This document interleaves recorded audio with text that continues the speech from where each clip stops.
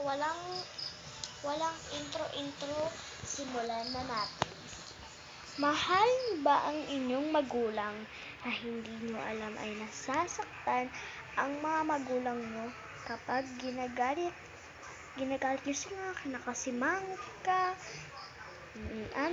sumasagot ka ng hindi dapat sabihin sa ating mga magulang. Dapat hindi tayo ganon, na maging batang ganon. Kapag uutusan, nakasimangot, sasabihin halimbawa, ayoko mama, ba't hindi si ate? Ayun nagsiselfon lang naman dyan, ako nag-aaral ako dito. Ganun sasabihin niya, hindi po pwede yun.